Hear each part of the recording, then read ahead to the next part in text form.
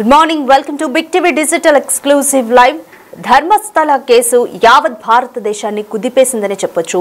ఈ కేసుకి సంబంధించి రోజుకు ఒక కొత్త ట్విస్ట్ చోటు చేసుకుంటూనే ఉంటుంది. అయితే ఇప్పటివరకు మనం విన్నది ఈ కేసులో ఏంటి అనంటే ఎంతమంది అమ్మాయిలు కానీ ఎవరైనా మిస్ అయినా కానీ అక్కడ ఎఫ్ఐఆర్ కూడా నమోదు కాలేదు, ఎవరు ఎఫ్ఐఆర్ కూడా అప్పుడు పోలీసులు కూడా ఎవరు ఎఫ్ఐఆర్ తీసుకోలేదు అని. కానీ ఇప్పుడు తాజాగా ఒక వ్యక్తి తన కుటుంబానికి చెందిన పద్మలత అనే మహిళ మిస్ అయింది అంటూ సిట్ ముందుకు కంప్లైంట్ చేసేందుకు ముందుకొచ్చాడు. అంటే ఆయన ధర్మస్థల స్థానికుడిగా చెప్తున్నారు. ఆ స్థానికుడు తన కుటుంబంలో పద్మలత అనే మహిళ మిస్ అయింది కొన్నేళ్ల కిందట, కానీ కంప్లైంట్ చేసేందుకు ధైర్యం రాలేదు. ఇప్పుడు జరుగుతున్న విచారణతో కంప్లైంట్ చేసేందుకు ముందుకొచ్చాను అంటూ ఆ వ్యక్తి చెప్తున్నాడు. నిన్ననే రాత్రి పోలీసులకు ఆ స్థానికుడు ఫిర్యాదు చేశాడు. ఈ ఫిర్యాదుపై సిట్ రేపు స్పందించనుంది. తాను ధర్మస్థల ఖననాల కేసులో బాధితుడు అంటూ ఆ ఫిర్యాదుదారుడు చెప్పుకొచ్చాడు. తన కుటుంబంలోని పద్మలత అనే మహిళ కొన్నేళ్ల కిందట మిస్ అయింది అని అంటూ కూడా ఫిర్యాదు చేశాడు. ధర్మస్థలానికి చెందిన స్థానికుడు అంటూ చెప్తున్నాడు ఆ ఫిర్యాదుదారుడు. అయితే నిజాలు తెలియాలి అనే పోలీసులకు ఫిర్యాదు చేస్తున్నానంటూ చెప్పాడు. తన ఫిర్యాదుపై సిట్ అధికారులు స్పందిస్తామని కూడా హామీ ఇచ్చారు. సిట్ దర్యాప్తుతో ధైర్యంగా ఇప్పుడు ముందుకొచ్చానంటూ కూడా ఫిర్యాదుదారుడు చెప్తున్నాడు. తనతో పాటు ఇంకా 5 నుంచి 6 కూడా ఈ జరిగిన ఘటనలపై సమాచారం ఇచ్చేందుకు సిద్ధంగా ఉన్నాము అంటూ కూడా ఆ ఫిర్యాదుదారుడు చెప్తున్నాడు. ఖననాలు చేస్తుండగా తాను చూశానంటున్నాడు స్థానికుడు. అయితే వాళ్ళెవరో తెలియదని చెప్తున్నాడు. ధర్మస్థలకు చెందిన వ్యక్తి ఇన్నాళ్లు చెప్పేందుకు ధైర్యం సరిపోలేదంటూ కూడా ఆయన వ్యాఖ్యానించాడు. తన దగ్గర అనేక సాక్ష్యాలు ఉన్నాయని కూడా స్థానికుడు చెప్తున్నాడు. ఇప్పుడు సిట్ బృందం దర్యాప్తుతో ఆ పారిశుద్ధ్య కార్మికుడు బయట పెట్టబట్టి ఈ ఘటన అంతా కూడా బయటపడుతుంది. ఇప్పుడు సిట్ దర్యాప్తు చేస్తుంది కాబట్టి ఆ ధైర్యంతోనే ముందుకొచ్చి ఫిర్యాదు చేస్తున్నానంటూ కూడా ఆ స్థానికుడు అయితే చెప్తున్నాడు. త్వరలోనే అనేక నిజాలు బయటకు వస్తాయంటూ కూడా ఆశాభావం వ్యక్తం చేస్తున్నారు. తన దగ్గర సాక్ష్యాలు కూడా ఉన్నాయంటూ కూడా ఆ ఫిర్యాదుదారుడు చెప్తున్నాడు. సో ఆ ఫిర్యాదుదారుడు ఏం చెప్పాడో ఒకసారి మనం చూద్దాం.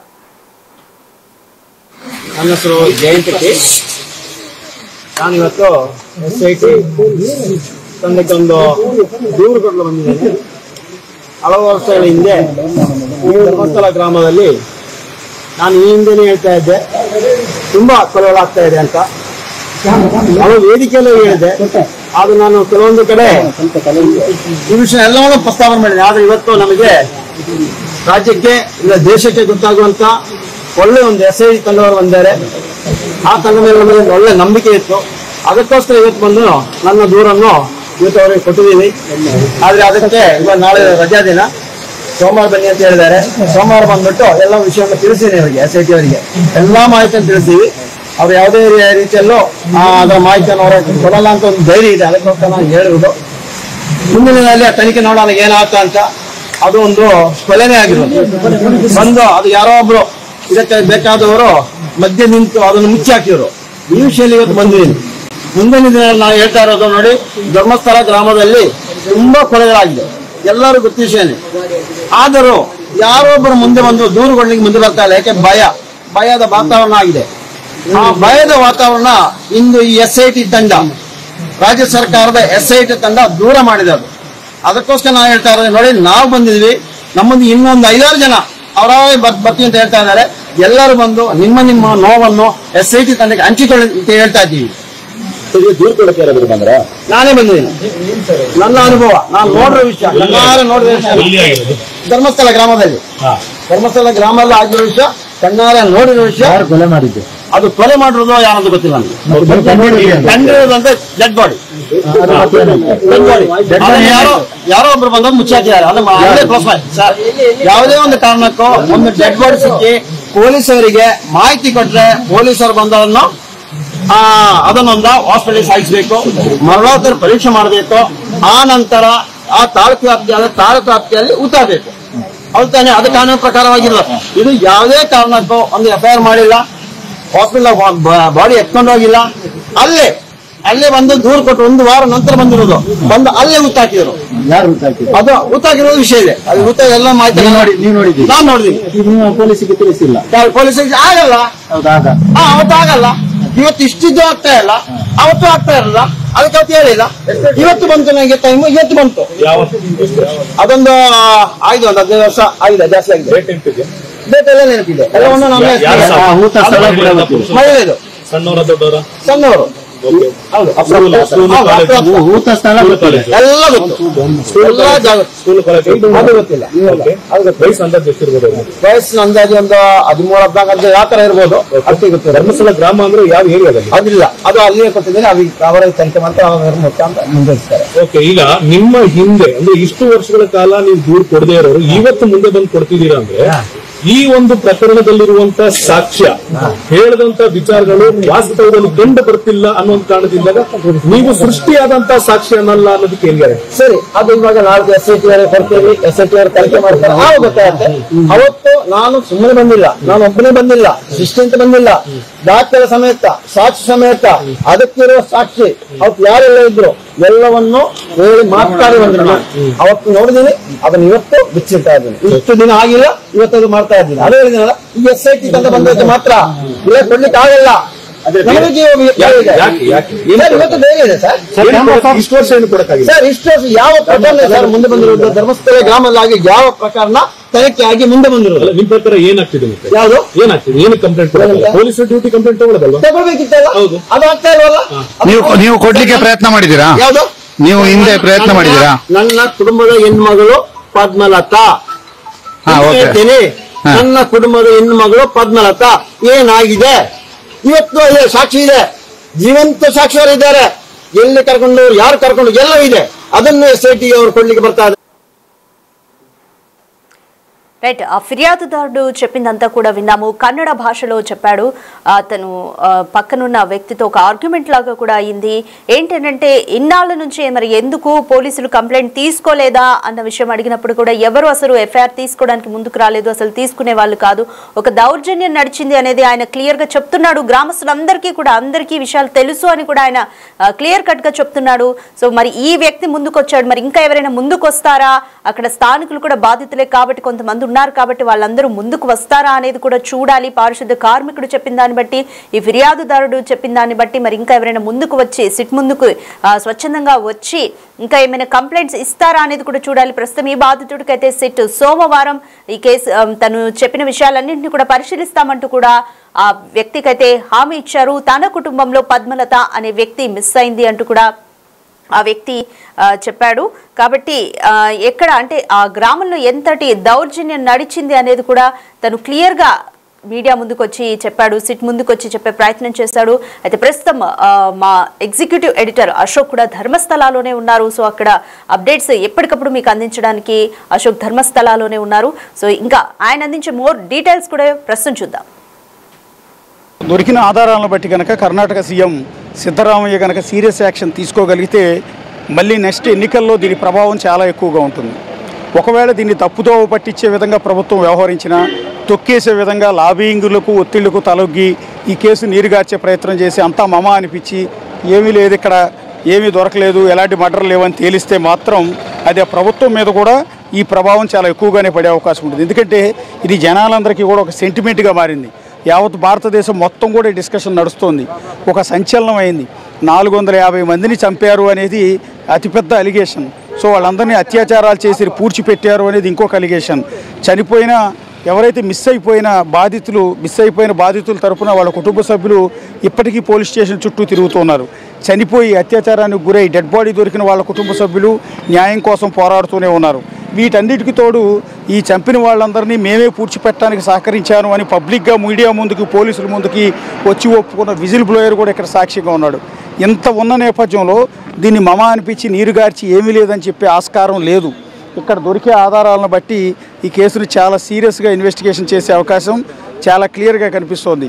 సో ఆ ఇన్వెస్టిగేషన్ ఎంతలా చేస్తారు అనేది ఇప్పుడు ఫర్ ఎగ్జాంపుల్ విజిల్ బ్లోయర్ అనుకుంటున్న ఆ శానిటరీ ఎంప్లాయీ 10 ఏళ్ల తర్వాత తిరిగి వచ్చి సో విచారణకు సహకరిస్తాను, నేను ఇంతమందిని చంపారు, ఇంతమందిని పూడ్చారు, ఆ పూడ్చిన లొకేషన్లన్నీ మీకు చూపిస్తానని ఒప్పుకున్న వ్యక్తిని స్వయంగా సిట్ బృందంలో ఉన్న అధికారి మంజునాథ్ గౌడే బెదిరించాడు అని వాళ్ళ లాయర్ స్వయంగా పోలీస్ స్టేషన్లో కంప్లైంట్ ఇచ్చారు. అంటే సిచ్యువేషన్ ఎంత ఘోరంగా ఉందో అర్థం చేసుకోవచ్చు. ఇక్కడ కవరేజ్కి వచ్చిన మీడియా వాళ్ళు ఇక్కడ తక్షణం ఇక్కడ నుంచి వెళ్ళిపోవాలి, లేకపోతే మీ ప్రాణాలకి హాని ఉంటుందని ఇండైరెక్ట్గా బెదిరింపులకు పాల్పడుతున్నారు.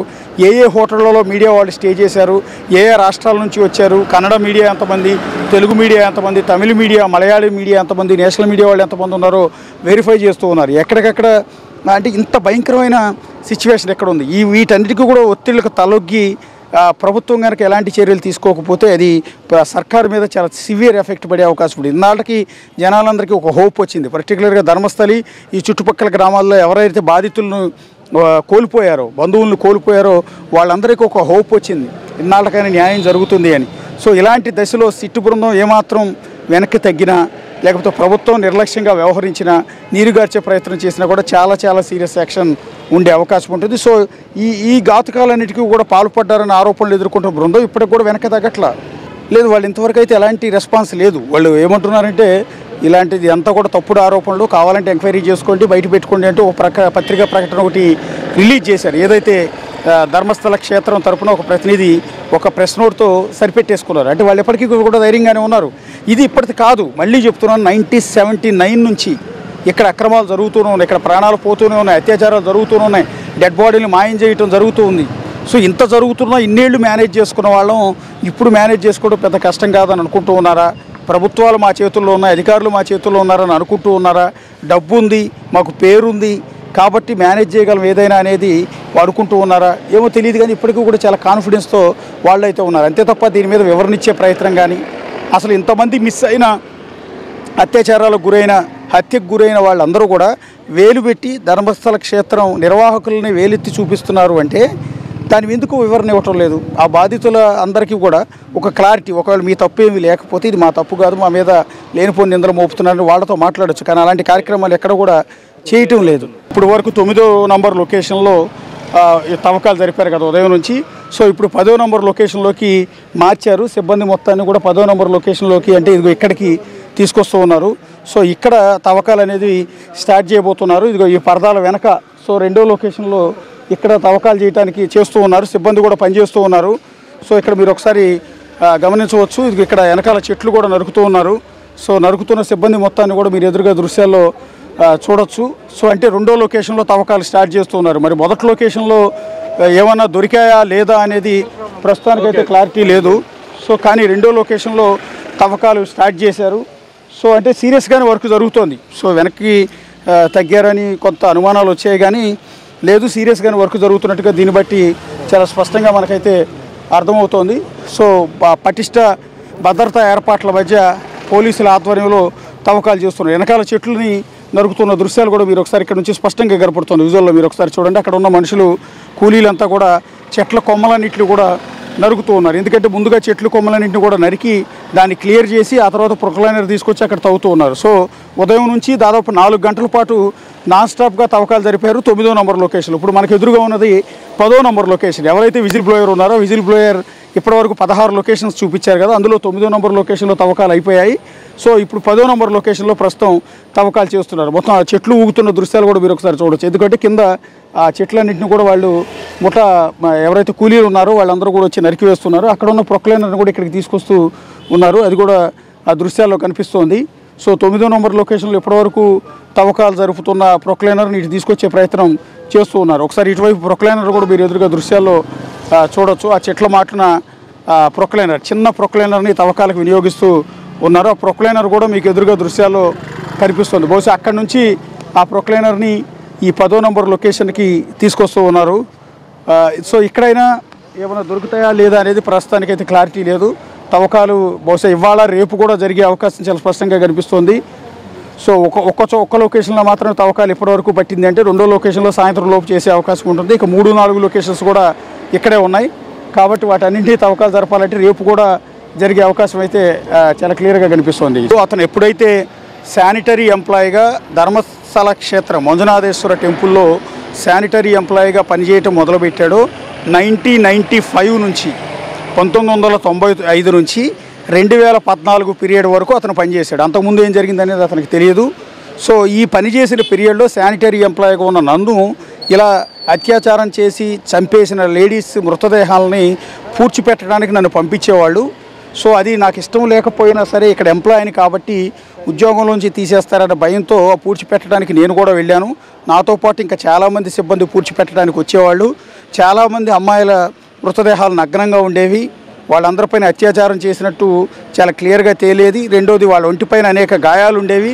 ఇవన్నీ చూస్తూ చాలా బాధతోనే ఈ ఆయా లొకేషన్స్లో ఎవరైతే ఆర్గనైజర్లు ఉన్నారో వాళ్ళు చెప్పిన ప్రకారం ఆయా లొకేషన్స్లోకి తీసుకెళ్లి ఆ డెడ్ బాడీస్ని రాత్రికి రాత్రి ఇలా పూడ్చిపెట్టేవాళ్ళు. 1 కాదు 2 కాదు 1995 నుంచి 2014 వరకు ఈ సంవత్సరాల పీరియడ్లో 110 శవాలని 110 మంది మహిళలు యువతల డెడ్ బాడీస్ని పూడ్చిపెట్టాను అనేది ఇప్పుడు ఆ విజిల్ బ్లోయర్ అని చెప్తున్న ఆ శానిటరీ ఉద్యోగి ఇచ్చిన ఫిర్యాదు సమాచారం. సో దానికి బిఫోర్ ఏం జరిగింది అనేది అతనికి పెద్దగా తెలియదు. దానికి బిఫోర్ అంటే 1979 నుంచి కూడా ఇక్కడ అనేక రకాల క్రైమ్స్ జరిగాయి.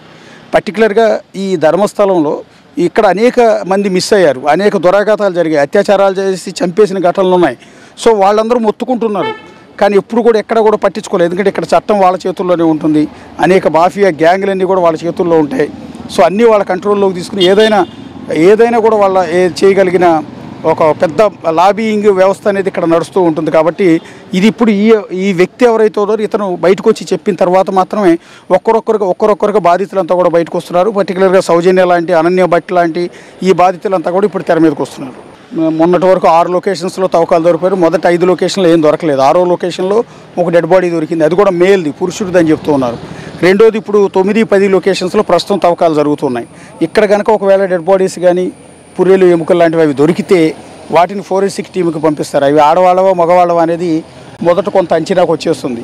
ఆ తర్వాత ఎవరెవరైతే మిస్ అయ్యారని కంప్లైంట్లు ఉన్నాయో ఈ పోలీస్ స్టేషన్లో వాళ్ళందరి డిఎన్ఏతో ఈ ఎముకల డిఎన్ఏని కంపేర్ చేసి వాళ్ళ డెడ్ బాడీ అయితే కనుక ఒక నిర్ధారణకు వస్తారు. మొదట ఫోరెన్సిక్ టీం ఇమీడియట్గా ఐడెంటిఫై చేస్తుంది. మగవాళ్ళ పుర్రె ఆడవాళ్ళ పుర్రె చాలా తేడా ఉంటుంది.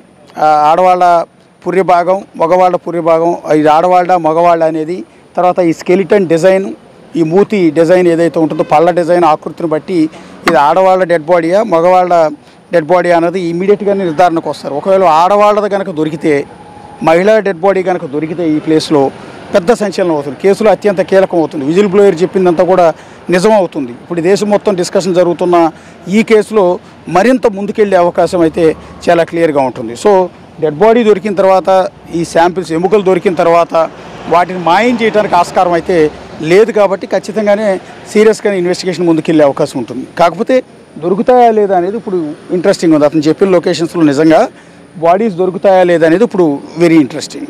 దొరికిన ఆధారాలను బట్టి కనుక